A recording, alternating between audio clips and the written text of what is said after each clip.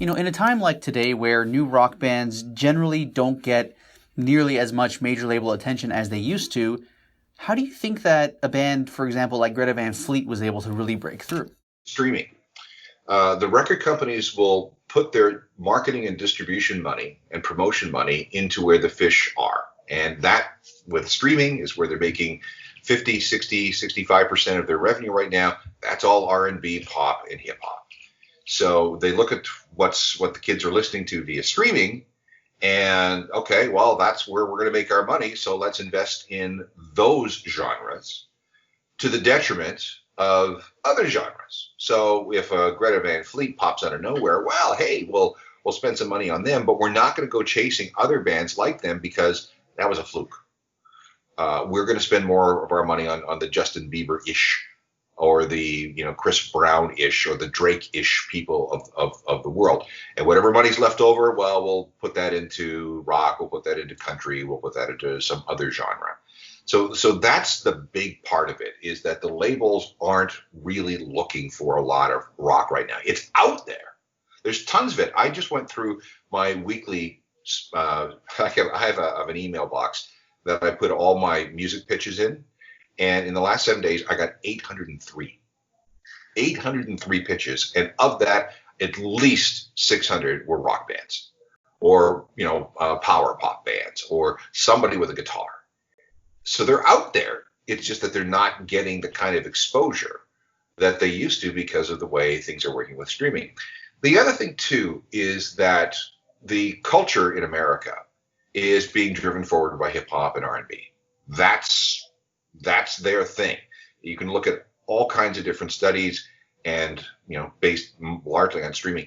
That is the kind of music that is moving the culture forward. All you have to do is watch American television. All you have to do is watch an American movie. And, how much hip hop are you seeing? How much rap are you seeing? How much R&B are you seeing in the culture? And the answer is a lot. And how much rock are you seeing? Not as much as we used to. But again, to everything there is a season. So for the first 50 years of the 20th century, it was all about jazz. Jazz was this American creation. It was unique to America. Everybody went nuts about jazz. But then rock and roll comes along in the middle 1950s, and jazz gets pushed to second place. Rock and roll has a great run up until about the mid-90s. So let's say 40 years. Hip hop and rap start to come in. And eventually, especially after we get to file sharing in the early 2000s, rock takes a back seat to hip hop and rap in the United States. That's really important. If you look at stats for Canada, rock is still the number one genre, but the biggest music market in the entire universe is the US. Look at things on a global scale. Just remember that in Canada, the UK, Australia, New Zealand, rock is still number one. But for how long? We don't know. Number one in what sense exactly? Number one in terms of audience consumption. Not necessarily streaming, but, they sell the most tickets. They sell the most T-shirts. If you've questioned people and saying, hey, you've got a music collection, what do you go back and listen to on your own?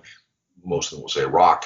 And then you see the big festivals and that sort of thing. I mean, if you go to a festival in the UK, there is a very, very varied form of genres that are represented. But if you look at the United States, last year, Lollapalooza in Chicago was headlined by Ariana Grande. So something's wrong. Something has flipped. Hey guys, thanks for watching. If you like this video, make sure to subscribe for more because there is a lot more to come. All the videos on my channel are original. I'm the one filming, editing, and conducting all the interviews. So if you guys like what you see and you want to support, the best way to do so is honestly just to subscribe. Thanks for watching.